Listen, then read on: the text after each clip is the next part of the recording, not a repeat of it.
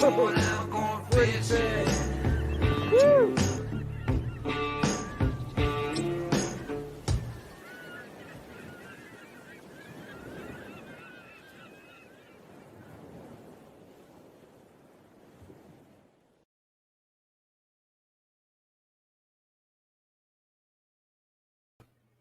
Hey everybody, Jim Sammons here, and welcome to the Kayak Fishing Show live. As always, brought to you by Ballast Point Brewing Company. Today we're having my favorite one, longtime favorite, grapefruit sculpin. So good.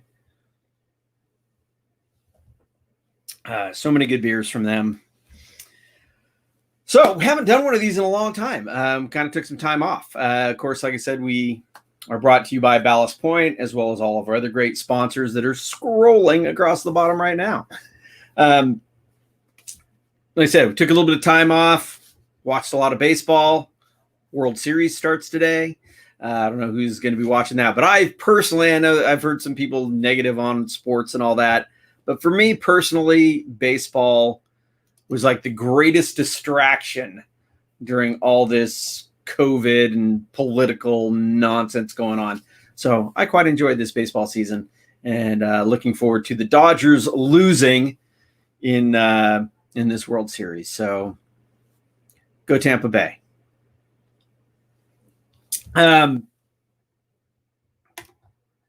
The other reason I took some time off, I haven't been fishing, and reason baseball is a great distraction. I haven't been able to fish because my back.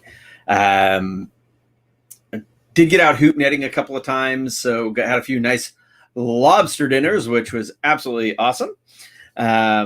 We actually shot a video of us hoop netting that my nephew, who just finished film school, wanted to come out with us, and he shot a separate video of us doing hoop netting. So I'm actually going to be airing that in a few days, and I'll give you a notification of when that's going to be.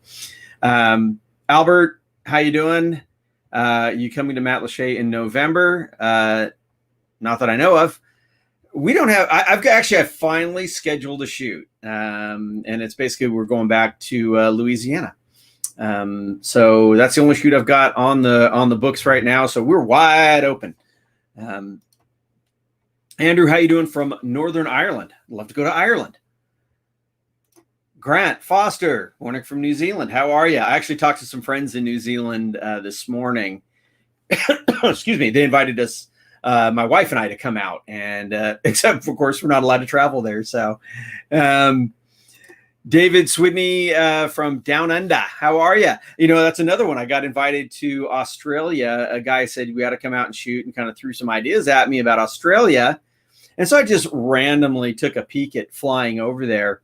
And the cheapest airline ticket was $5,000. Crazy. Crazy. Travel right now is just so difficult, and ticket prices are nuts and everything else. And Marcelo from Uruguay. Wow, that's I don't know that I've ever had a viewer from Uruguay. Thanks for joining us. I really appreciate it. And again, I always say this. I just absolutely love the fact that we get people from all over the world. So hopefully the people that are watching can share this with your friends, ask questions, do all that, because that just makes for a better show. Facebook, quite honestly, kind of squashes us a little bit, our reach. And so the more you share it, the more it helps us, and the more these we can do. I did see another comment. Actually, Facebook user says, how was my surgery? Didn't have surgery. Had a spinal injections, X-ray guided spinal injections, which I'm probably going to have more. But Facebook user, I imagine, is watching on the Kayak Fishing Show group page.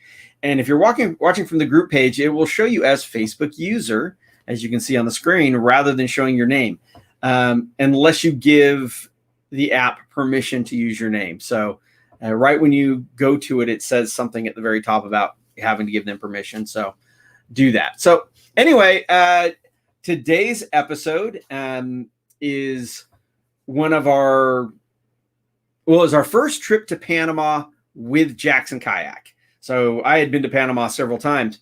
but we went with Paddle Panama. It was our first trip with them. And I had been with Pesca Panama, and then this one was Paddle Panama. And then, of course, we've been to Los Buzos as well. And on this trip with me is my good friend James McBeath and Ben Roussel, and both from Jackson Kayak. Ben from Jackson Kayak team, and of course James is head of marketing for Jackson Kayak. So, with no further ado, let's bring James up here because he's going to join us for the chat today during the show. James, how are you? Hey, Jimmy. Cheers, Ben. I got a new hat. Did I tell you I got a new hat? No, you didn't. It's a Tilly. Oh, it's a Tilly. A Tilly. There we go. Beautiful. Well, Thanks. Cheers to you. Cheers. I got my Caesar going. You guys don't have Caesars down there. You have Bloody Marys. We have Caesars up here. What's the difference? What makes it a Caesar? Clamato juice. Some crazy Canadian. I'm assuming it's Canadian because I hadn't found Clamato juice. You can find it in some northern states, but no, we have Clamato all over. We have all kinds of flavored Clamato and all that. Yeah. I always find it hard to find Clamato when I'm down in the United States. Really? Yep. No, we have it all over. That's a Tennessee thing. I don't know. That's actually how I make my Bloody Marys is with Clamato. We just don't call them. What's a Bloody Caesar then? I don't know. Bloody hell, Harry. I know. But they're good. They're good. Anyway, so James, this was it was probably one of the earliest trips you and I ever did together. I think it was our first trip. Was it?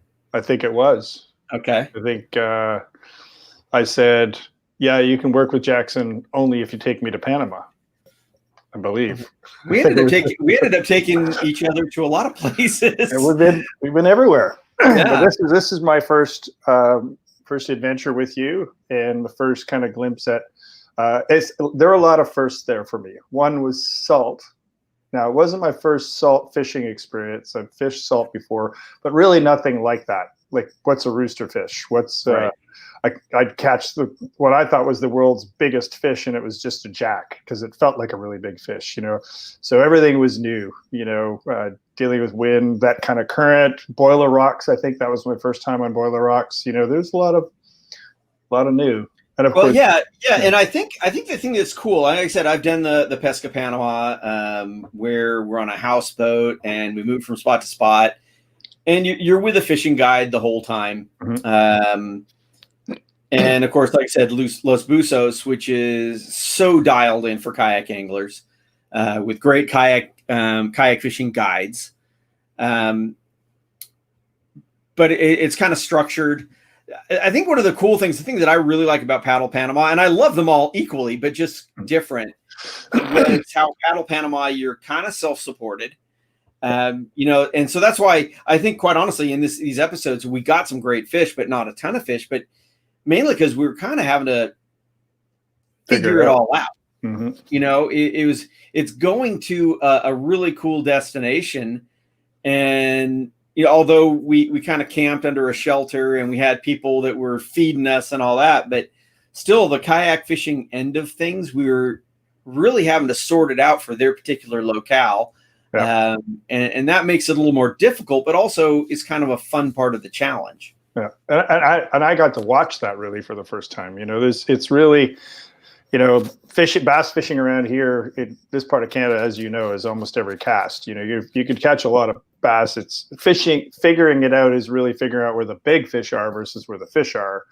And I've never broken apart a fisheries quite like you did that trip. I do remember at points where we're all frustrated. I remember there was wind one day and there was all sorts of stuff going on. And if I'm on a trip, there's wind. Yeah. You kind of broke off and just focused. I can't remember if it made the show, that part made the show, but that was the first time seeing someone actually work. You tried jigging, you were poppers in the shallows. You just went into this routine that was kind of cool. And, like you said earlier, quite a few trips later, I figured out how to do that myself too. So this is the beginning of that. You are now world champion. let us never forget that. I know you'll never let us forget that. So there is another world champion in our midst, by the way. Speaking of Caesars, right down the road, there's a restaurant, and the guy won the World Caesar Championships. And he makes his own tomatoes. He stews the tomatoes. He gets clams from somewhere and mixes them, makes clamato juice on his own. So true story. Lots of world champions up here in Canada. Awesome. So before we get into the episode, I mean, like I said, you're head of marketing for Jackson Kayak. How's Jackson Kayak doing in the crazy COVID world this last year? Are we surviving? Are we exceeding? Is there anything new and exciting you can even touch on? Well, yeah, I mean, there's lots. I mean, this was a very difficult period for Jackson, mostly because as a manufacturer in any part of Tennessee or anywhere in the world right now, it's very hard to get people in safe proximity to work. At the same time, the entire world wanted to kayak. So the good news is we had a really significant inventory that we were able to get to our dealers and sell online direct. We did direct to dealers, so people bought on our store, and then we gave dealers margin on each purchase. So that went really well and sold out of our boats basically. And then 2021, it's kind of ramping up to be a bit of the same. Everybody wants to stay close to home. They want to get onto the water. And we got a new boat called the Stacks that's come out that's a little bit more approachable financially to get on the water with stability. It's a 10-footer. So it's got a fishing kit that comes with it, so you can use it for rec. It's one of those boats that everybody in the family can kind of figure out their own path on the water with. Tony Lee, your good friend, designed that. So it's a performant boat for that class. So we just kind of started planning around getting people kayaking for 2021. And that's a big reason for this boat. So and the direction that boat went. That's great. It's perfect timing for that. Like you said, I mean, I know it seemed like a lot of people discovered, like, we're on lockdown now. All of a sudden it's like, oh, what are we going to do? And they've kind of discovered kayaking and getting back outdoors and getting you back in touch with doing stuff with your family. And, I think in a lot of ways, COVID's been a good thing in that small respect. Yeah, biking, I mean, there's a lot of sectors. It's not just kayaking. Biking took a huge leap, and you can't get a mountain bike here in Canada right now. Maybe the manufacturing has turned around and starting to deliver again, but it's very hard to get outdoor gear right now. Like the online sales thing went through the roof. Cost of delivering things, timing, it just turned into madness, really. Yeah, but I know, but a good healthy outdoors madness. That's good. Yeah, no, it's awesome. Somebody actually had a question here where, I don't know how much you want to comment on it, but Jackson, you're Jackson. You're now Jackson. What's your thoughts on the tier? Is Eric on a winner, or is it over the top? Absolutely everything EJ does is over the top. That's just right. He's been kind of driven by his own direction in this direction for a long time, and he, when you grow a company to the size of Jackson Kayak, you kind of you're not directing anything. You're part of a big movement that kind of the company kind of goes into its own path, and it has to keep. Your 150 employees, you got to keep them all fed, and there's lots of responsibilities that kind of got to stick with, and there's some projects that we just couldn't fit in, and this has been one of them for a while that he's been wanting to do. EJ and I go way back and good friends. I'm actually missing Thanksgiving at his place this year. I usually go down, or I went down last year for Thanksgiving, so it kind of sucks that I can't go party with my friend EJ, but no, the tiers, I haven't paddled it. Unfortunately, production boats are just coming out, and I didn't get a chance to paddle it before we all got shut out of the US. So I watched the videos like everybody else, and it looks really kind of groovy and cool. It reminds me the shape and design and the color patterns that he's got on it is very EJ. Symbolisms, a lot of people don't know this, but symbolism, especially the tier, is a very big part of his life. It's almost a superstition for him, and that's a fun project. I think he's having a lot of fun with it. Well, that's good. I mean, I totally wish him luck. I know it's a hard one to reach, that $10,000 sit inside kayak or sit on top kayak, but it's interesting. Did you see the video? It just popped it up within the last couple of days with the Torpedo on it. Mm-hmm. Yeah, it was attaining upstream. Yeah, that thing just scooted up there. Yeah, no, he likes his toys. And you know what? $10,000 is a lot of people out there who like toys, and there's a lot of people like, we're not in that class who can afford toys. I'm speaking for myself like that, but there's a lot of people that are. Yeah. Well, if there wasn't, there wouldn't be high-end road bikes. There wouldn't be, Yeah, I say that. There wouldn't be McLarens and shit, right? It's true. I have six. I say that, but I just bought this summer. I bought a $6,000 mountain bike. So there you go. There you go. Is it an electric one? It's not an electric one. I am not that old yet. I am. They are fun. Electric mountain bikes are fun. Yeah. I was on a really high-end one, and they are a kick in the butt. I mean, it just lets you go farther. It lets you go higher. And, I mean, you're still pedaling it. You have to pedal them. It's not, it's not one of these you go on the throttle. They're super fun. I really enjoyed it. Yeah, no, I went to the Adventure Tourism Trade Association, and they had a day of adventure.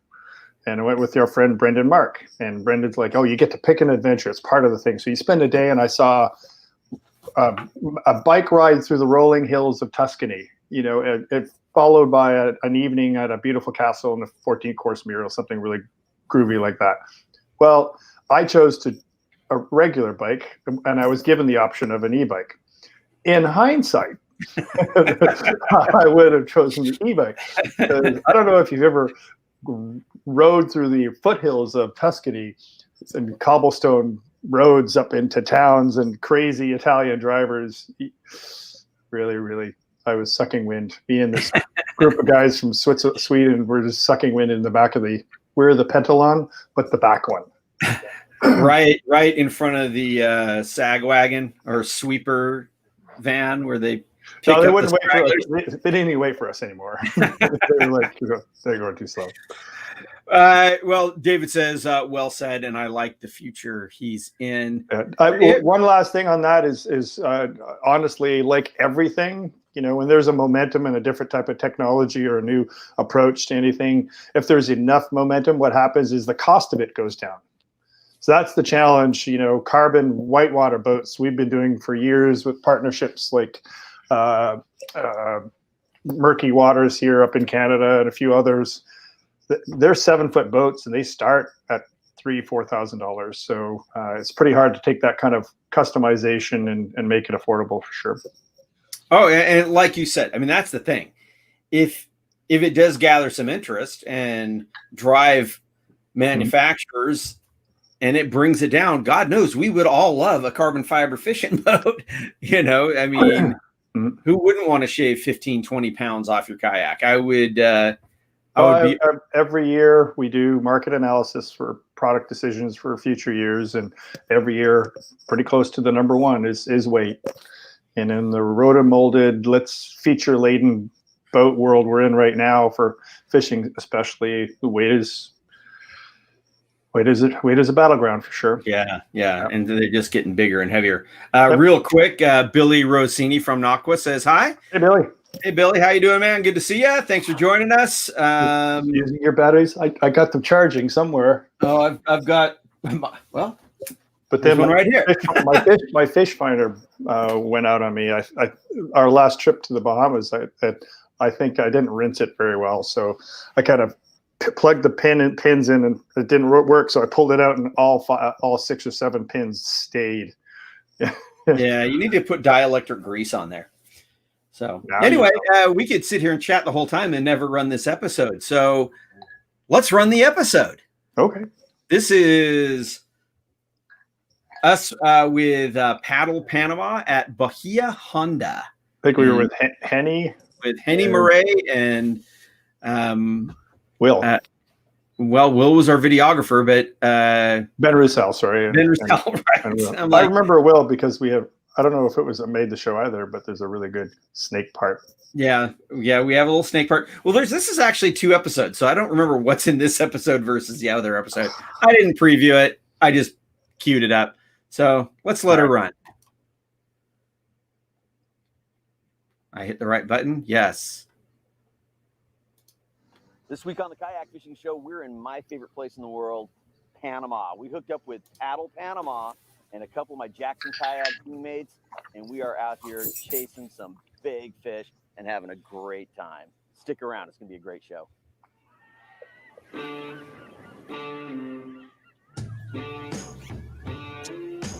Word to the wise, if your mama ain't taught you. Don't stand in front of a man and a fish he ain't caught yet. All the shoots we've done together, how come I'm not on the opening?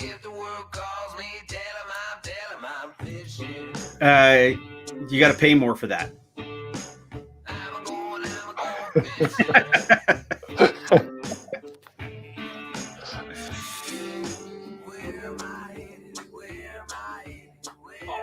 Henny Murray says best trip ever.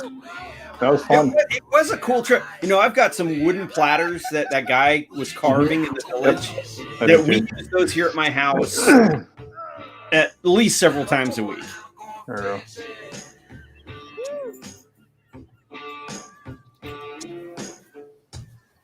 Jackson Kayak's Kayak Fishing Show is There's brought Will. to you by Jackson Kayak. One family, many waters. Body Glove Footwear, featuring the new 3T Barefoot Water Shoe. Worst shoe ever. Standard Horizon.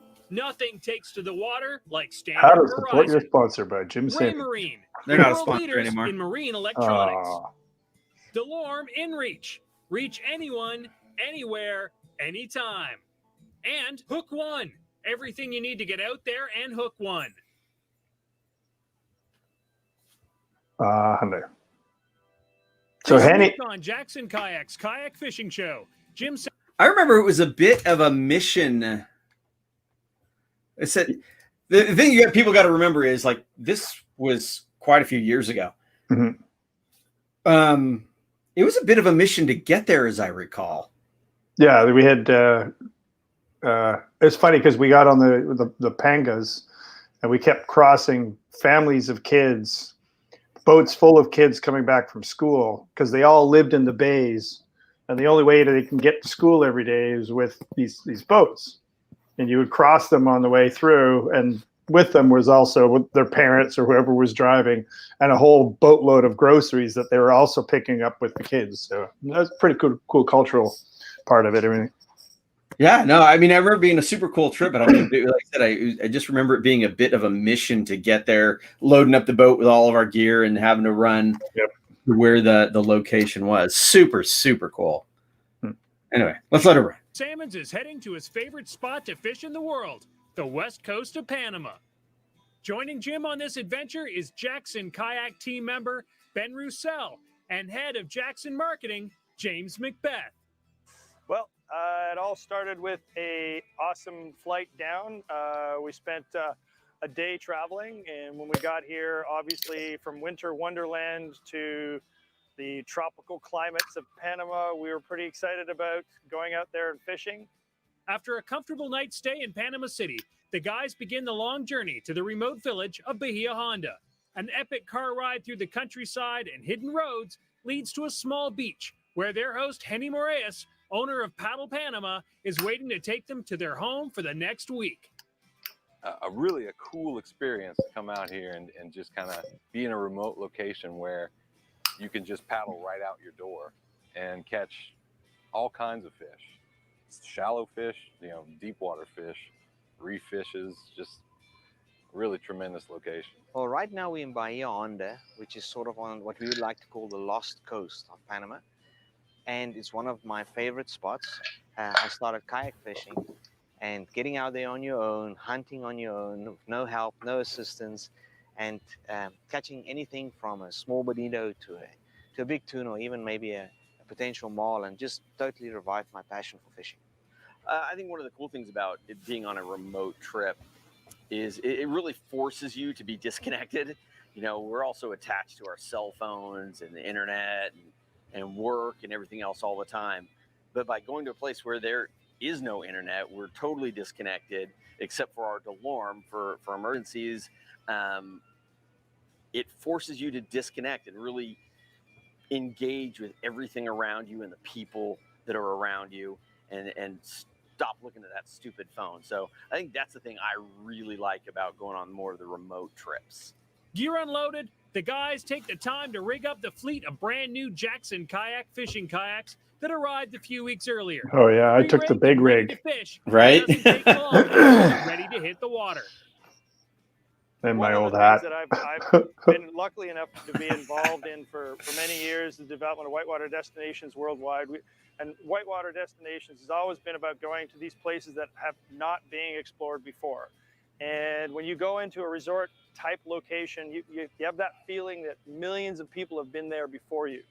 In this case, we got here and almost within a half an hour, you got off the beaten path and you got to a place where you know for sure almost nobody has ever been to on a tourism-oriented trip.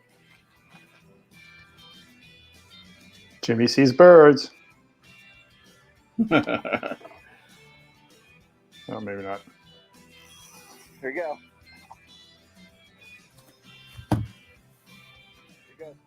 There was a few fish down there. I could see fish on my finder. I could see fish just swimming. I could visually see them. This guy got picked up, dropped, picked up, dropped. There you go. Yeah. You sure?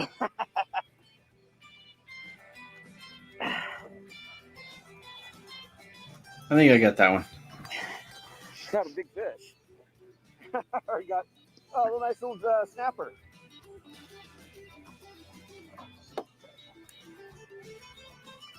Oh yeah, that's also what I learned, that everything has teeth. Pretty fish. Yes. They're fast. Stay tuned. Everything When we has come teeth. back, the guys paddle Panama and explore the forgotten coastline on their hunt for big fish. The only thing that doesn't have Kayak Fishing teeth Show is really brought to you are the by roosters. Jackson Yeah. Kayak. One family. But you can't really lip them Learn more at with it. Just jacksonkayak.com. the little thumb. Yeah. Not the big ones. Yeah, they're usually a little heavy for that. Entered Horizon. I like the fact that we were all like standard. sunburnt day one. We all came from actually Ben came from Louisiana, right? So we should have had sun back down there. But I think I got immediately sunburnt. Oh, that's always the tough thing on one of these trips. On day one, if you're wearing shorts and your shins or the top of your feet get fried. Mm-hmm. That's why I always bring. I tend to just fish in shorts for the most part, but I always bring a pair of long pants that I can fish in for every other day or whatever. Yep. Just otherwise, you just on a week-long trip in that sun, you get baked. Yeah.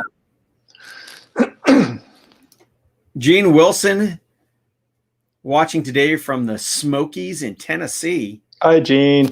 Gene, what are you doing in the Smokies in Tennessee? Aren't you supposed to be in Florida all the time? I bet you she's fishing. Fishes more than we do. Horizon. Welcome back. This week we're joined by James. The healthiest looking chickens ever. Pollo Loco. In the remote coast of Panama, fishing with Paddle Panama and Bahia Honda. At least I don't have my cutoff shirt on anymore. That's just embarrassing. In the world. Day one flew by in a flash. With a long day of travel to get to the remote jungle campsite, rigging the kayaks, and getting a few hours on the water to shake the bugs out of their gear. Today, however, the guys rise with the sun. End of the ready to tent. Start their hunt for big fish. The plan is to catch lots and lots of fish. I hope it comes to fruition. I'm not really interested in lots and lots of fish. I want one big fish. The kayak I was paddling on this trip was the Jackson Kayak Kuda 14. It's just a great all-around boat. Is that before the Kraken? I guess so, eh? SUV. Oh, yeah. It's like the first year, so you're right. Really well. It's very solid, very comfortable. The seat's amazing. Had room for the J crate on the back, which I turned into a bait tank. So just a super boat. Beautiful fish.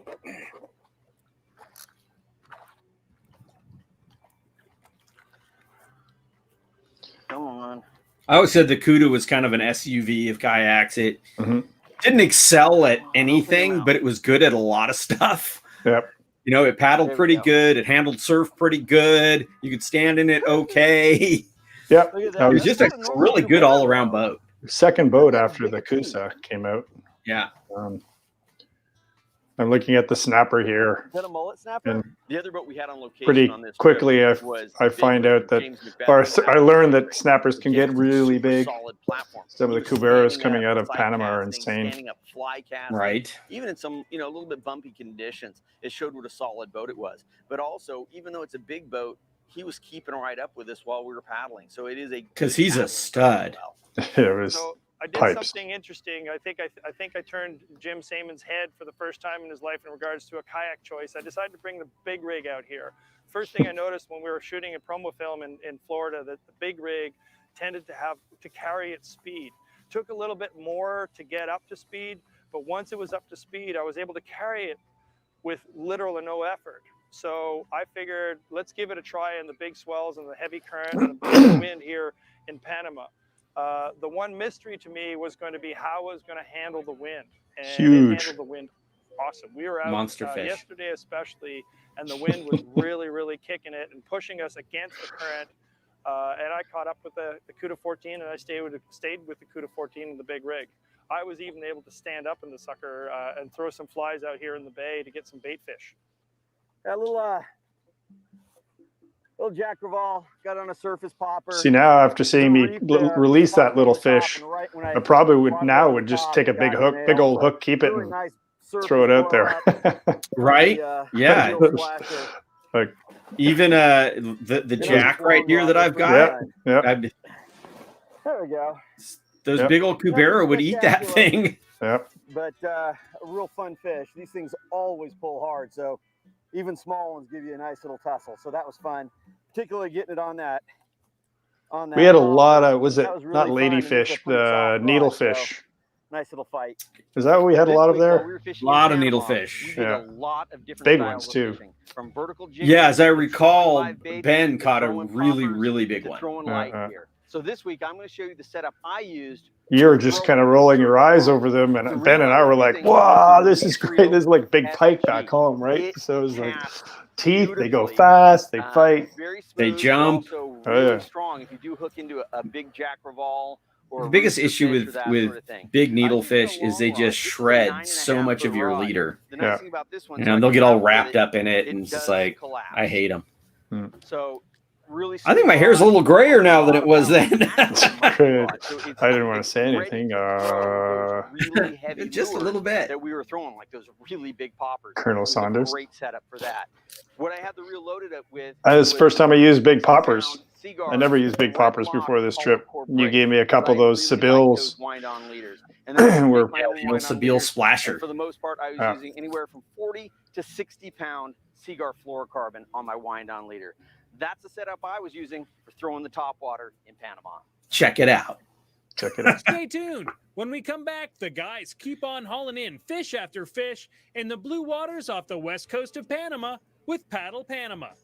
Jackson Kayak's Kayak Fishing Show is brought to you in part by Hook One. Everything you need to we get ever out there capture in Hook the One. whale? You remember that part of the trip where I thought it was a tiger shark or said tiger shark. The whale And shark? it was a whale shark.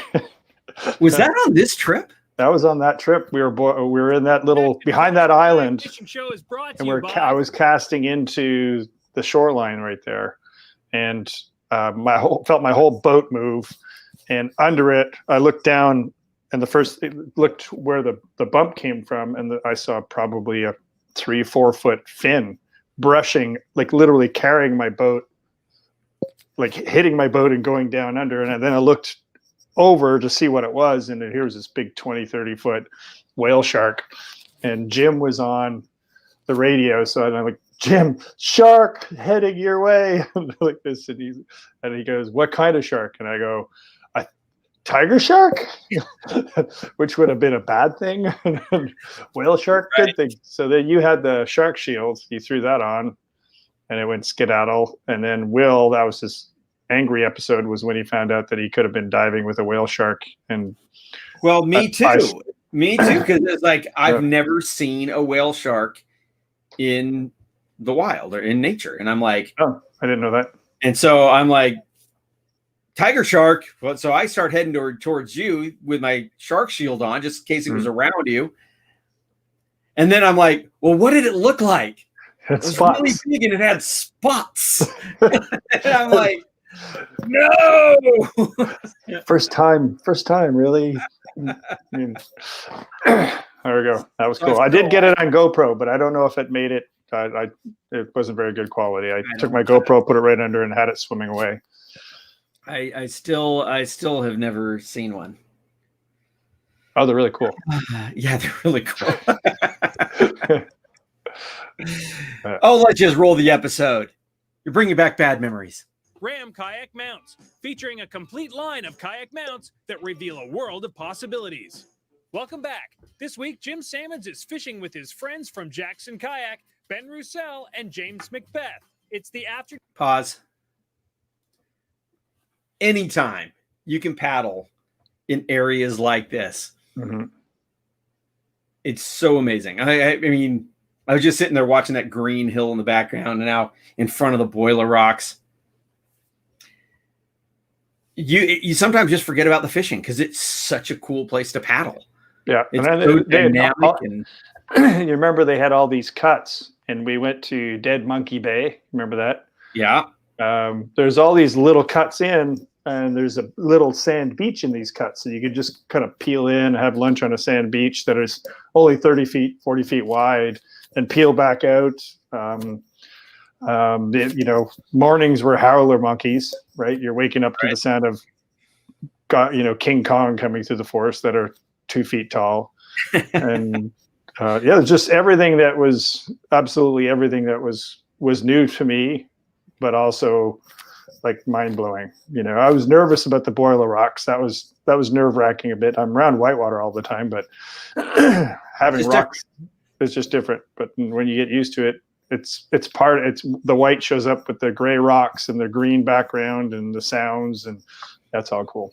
Yeah, and the water is so clear and you can see everything. It's, like I said, I mean, I just wanted to pause it there just because of where we were scrolling by here. Yep. Just because, like I said, it is so cool. And then you cast up into these areas and, you might catch a jack or a cubera or whatever. It's just, I love fishing Panama. It's absolutely amazing. Afternoon of day 2 in the crystal clear ocean off the west coast of Panama, and the fishing couldn't be better. The location here at Bahia Honda is really unique. It's really remote. You're sleeping under a thatched roof. You're in the woods. You hear howler monkeys in the morning. The waves are lapping up right under your tent, essentially. But it's really a cool experience to come out here and just kind of be in a remote location where you can just paddle right out your door. There's a big needlefish. There is, yeah.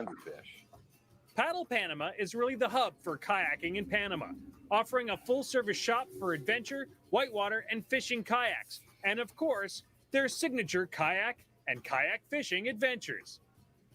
Staying with the family here, enjoying a thatched roof and bamboo-sided hut, overlooking the bay, and absolutely everything was handmade, homemade, home-cooked, home-prepared. Nothing was processed. It's pretty awesome here. Owner Henry Moraes is so passionate about kayaking and local adventure tourism that he decided to reach out to local guides to bring paddlers to super remote locations, starting with the Rustic camp at Bahia Honda. Well, right now we're in Bahia Honda, which is sort of on what we would like to call the lost coast of Panama. And it's one of my favorite spots.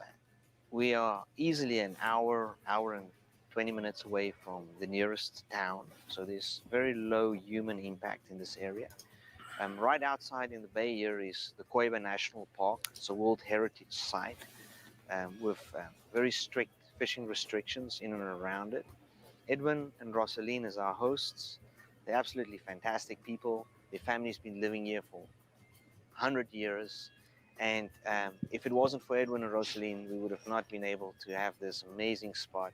It is rustic, it's fantastic, and they're just wonderful people. I started kayak fishing and getting out there on your own, hunting on your own. That's the other thing no with help, no assistance.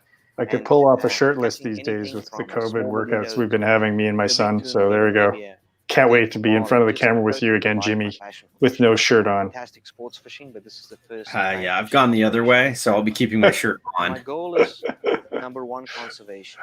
What we're doing here is we're showing the local people here that there is hope for, and through tourism, we can have amazing conservation. Hosted by a local family, living under thatched roof houses, and with world-class fishing just steps from your door, this is truly the trip of a lifetime for anglers seeking the ultimate fishing adventure. We've had a great time down here.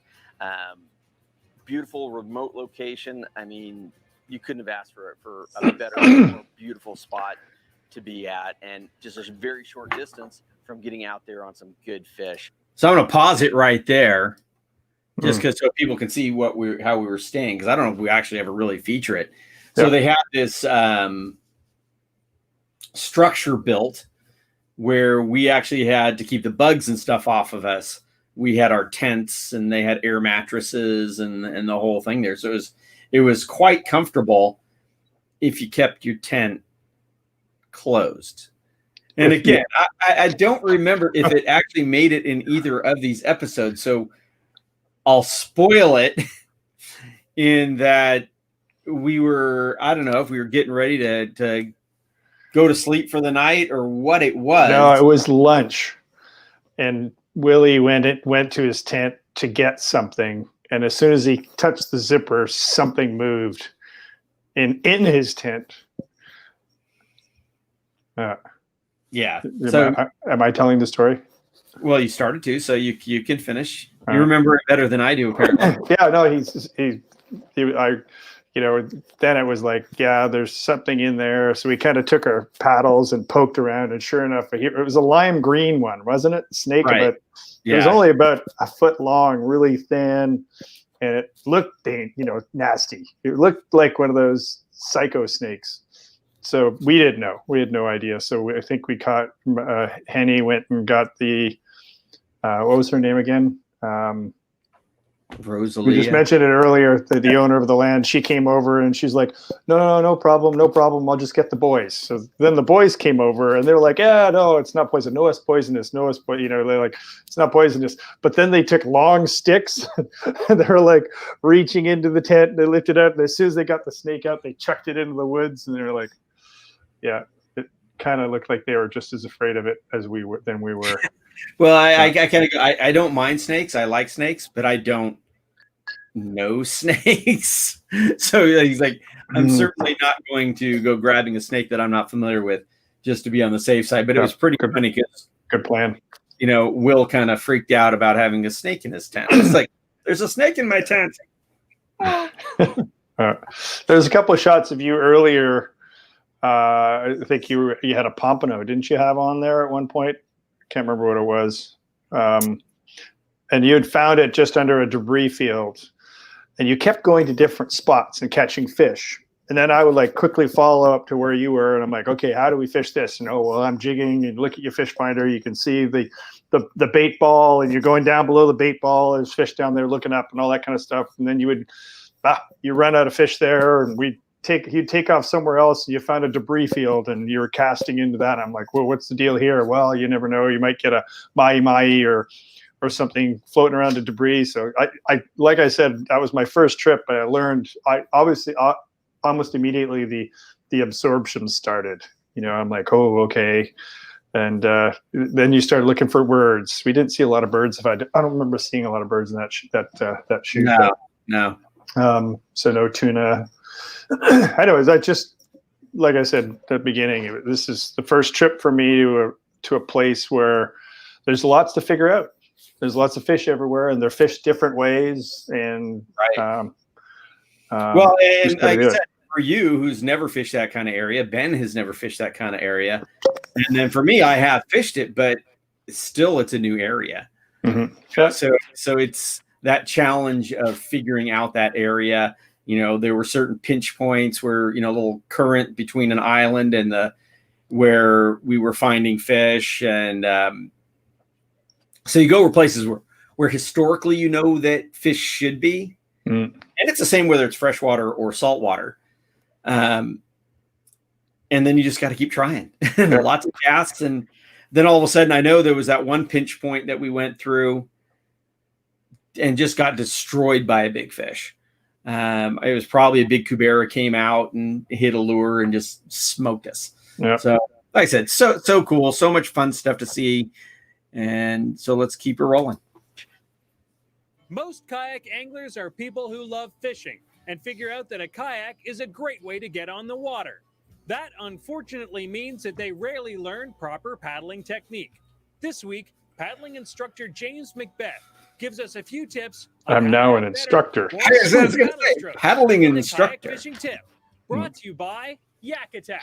My first ever kayak fishing show fishing tip or paddling tip. Accessories for kayak fishermen by kayak fishermen. One of the most important things in paddling big water like this is making sure that you're conserving as much energy as possible. What that means is you're using your paddle technique to conserve energy and to actually get to where you need to go with the least amount of energy. Key to that is using the proper Look at that technique. Beauty. These may be big pipes and all, but the reality is you have it's like an infomercial. These may be big pipes and all. You're really not taking advantage of some of the larger muscle groups. What I'm talking about, of course, is your core. Your core is key to the best paddle stroke possible. So here, I'm making the mistake that a lot of people do is they just use their arms. And when I start using my torso, you could really see how much more power I get from each stroke, keeping that arm nice and straight in front of you.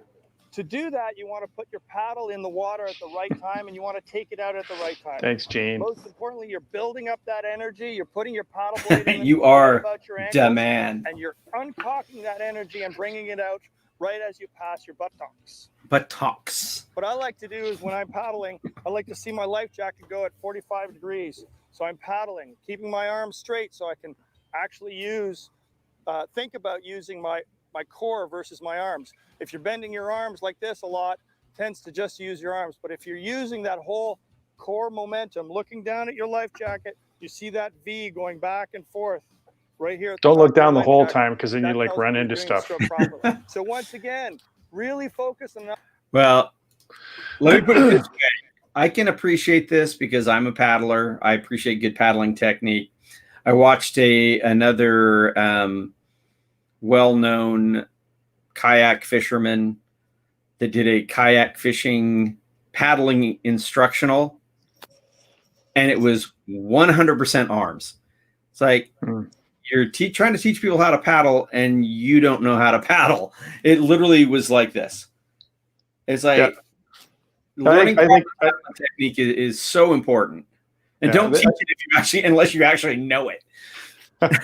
Unlike touring and whitewater, there's not a lot of formal kayak schools. There's some popping up now. You'll see in not most regions, but there's a lot of popular kayak regions. You'll see kayak fishing lessons where you learn how to properly paddle a kayak. They're few and far between.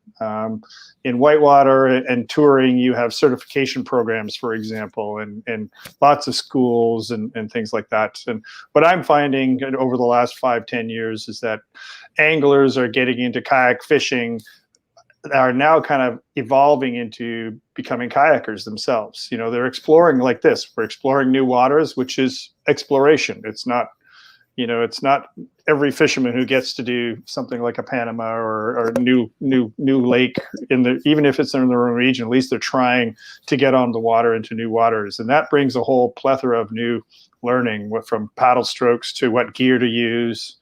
Kayakers are on the water, very close to the water, so then your different environments dictate different gear and stuff like that. So becoming kayakers, I think a lot more and more becoming kayakers as well as kayak anglers. So it's cool.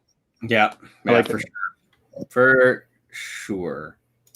Not using just your arms and doing a little lily dipping kind of paddle stroke. Use your whole core, involve your whole core, keep your arms straight as possible. You can use your elbows to bring it in, your arms to bring it in, but make sure that you're using your proper technique by moving that core back and forth. Look at that V every time you paddle. I'm James McBeath, and that's your kayak fishing tip of the week. Nailed it. Stay tuned. Boom. When we come back, the guys start to nail down the pattern and the fishing picks up as the Panamanian adventure continues. Jackson Kayak's Kayak Fishing Show is brought to you in part by DeLorme InReach. Follow We're going to Jim skip over that. Yak Attack Accessories. Welcome back. This week we join We had Jim some calm Sammons, days. James McBeath, and Ben Roussel. Yeah. As they're hosted by Paddle Panama owner and That was the operator spot right there. Henry Moraes Yep. on the remote beach. Yeah, I remember that. Bahia Honda. Took us a little while to figure out the location, you know, like it always does. Look at that Fish in a new technique. spot. I have And once you no got idea. dialed in, That that's was a really nice like- fish. That Yeah. was probably one of the coolest things is the variety of Maybe fish that was here. I got to catch the jack, first like off, my first African jack. Mountain, never caught that. That was really a treat. Yeah, there's an amberjack. Big-eye jacks, Jack Crevalle, amberjack. We had a bay there, like that really turquoise blue grouper azure species, bay that had all the Jack grouper, Crevalles in there, and we were just mangrove getting snapper. smashed. had I don't think we even hooked up a lot of them. I think you got Sierra one, but snapper that I a didn't lot of follow activity. up on, didn't land, but they were really, really fun. That to was hit- the hit spot top right water. there. But really, just a really diverse fishery here. It was really unique. So Henny's been texting me, and he's working with the Pan American Championships, kayak fishing, and I think he's also associated with this trolling championships that's happening at Bahia Honda in November. So we've been back and forth a little bit. Love to go back. Yeah, I've been talking to Henny a little bit as well on Henny Murray being Henny Murray, not Henny Moraeus. Will. Yeah, no, Henny's got some stuff going on, and I definitely am trying to get back down there with him. He's working on some big boat stuff where we might be able to get some kayaks on big boats and explore some other areas. So it's all great stuff. Like I said, Panama, it's still basically at the top of my favorite places that I get to go to on a semi-regular basis. I absolutely love it. There you go. There's a little Jack on the little popper. When you don't have pliers, use your boat grip. And that was also the first time I've ever seen rays do that dance. Oh, they Remember they flip. were popping up out of the water? I don't know if we got that. I mean, Will should have got that on camera, but Kelsey would have got it. Kelsey would have got it. Kelsey's another videographer that we get to bug Will about. What do we got there? Another jack? That's Pompano. Yeah.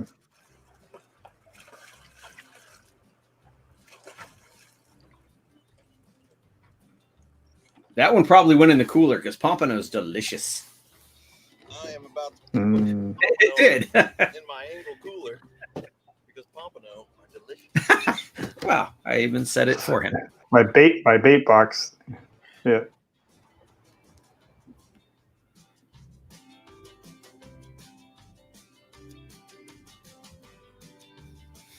I'm like casting across my What was back. that? Was that? Oh, that was me. There you go. I figured if you're catching all the fish, they're probably where you are. So Yeah, I hook up and then you guys cast right next to me. no, I think what happened was it was chasing my line, and I brought it to your line. I gotcha. That's what happens all the time. In the Yeah. water all morning, and they just moved over to this little reef I'm like, here. poor Jimmy's not catching any fish. Let me bring a fish to him. And then it's been pretty regular on these Jack Crevalle on the poppers. Yeah, that was that little section I was talking about where it was pretty shallow in there, and these things are ripping around everywhere. They're always such tough fish.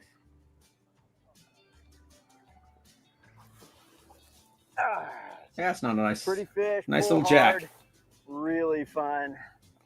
You got to come down and paddle Panama.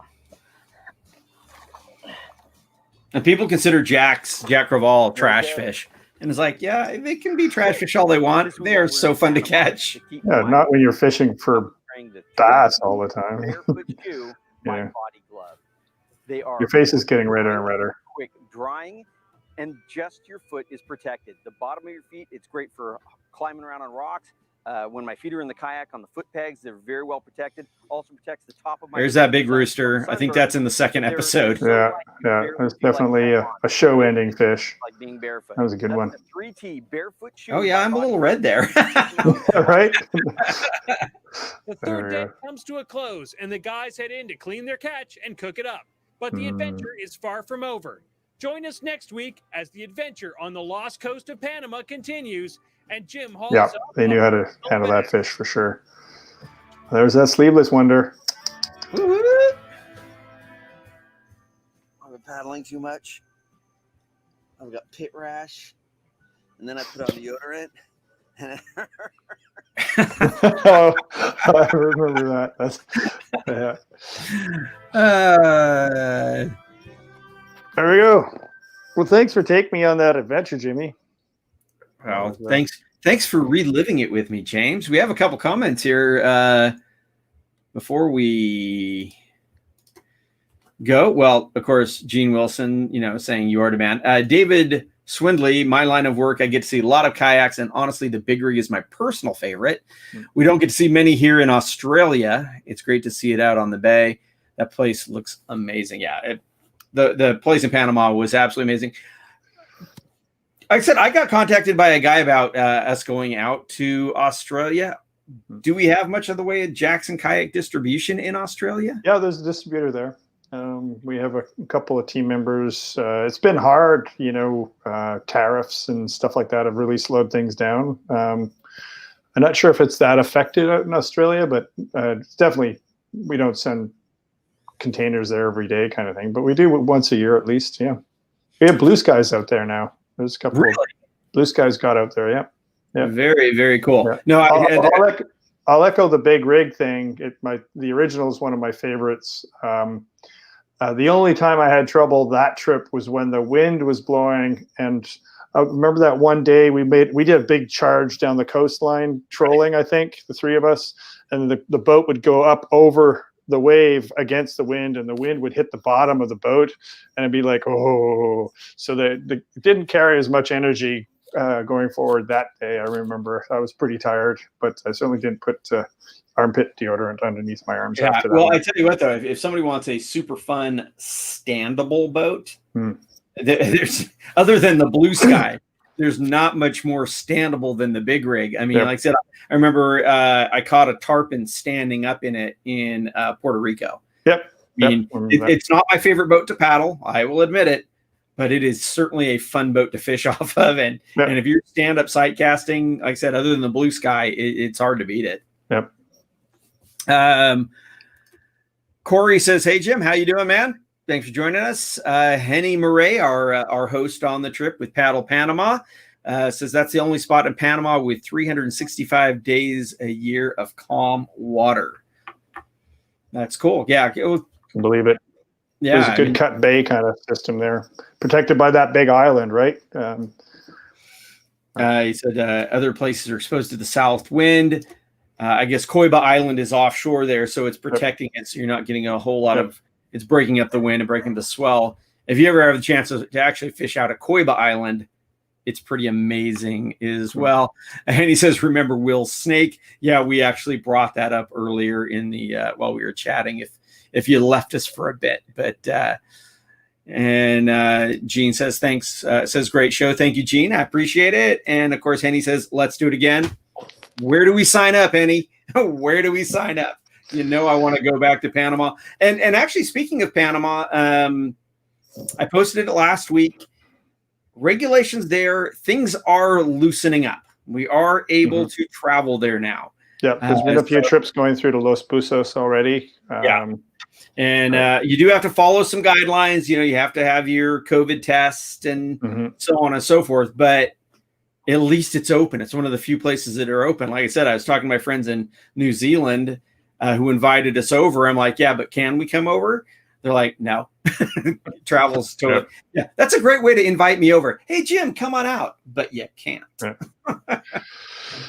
But anyway, Henny, thank you so much for joining us. And and joining with us on the show and asking some questions and making some comments. I really appreciate it. James, thank you so much for joining me here, man. It's been fun. We haven't talked in weeks and weeks. So, I wish you were on some of the adventures we're having up here in Canada. It was this time last year you were here brushing icicles off your kayak going fishing with Dennis and I. That's right. That was fun. That was fun. Got to go up there and see Will. Of course, Will turned into like Mr. Atlas or something. Yeah, he's weird. Yeah, that exercise thing. No, he's a machine now. He will. Anyway, James, you take care, man. Thanks, Jimmy. Thanks, everybody. Well, thanks everybody for joining us. I really appreciate it. Remember, we are here every Tuesday and Thursday at this same time doing live commentary during our older episodes. This Thursday will be the Ocean Kayak Years. I don't even remember what episode it is. I think it's actually, I want to say we're in Costa Rica, actually.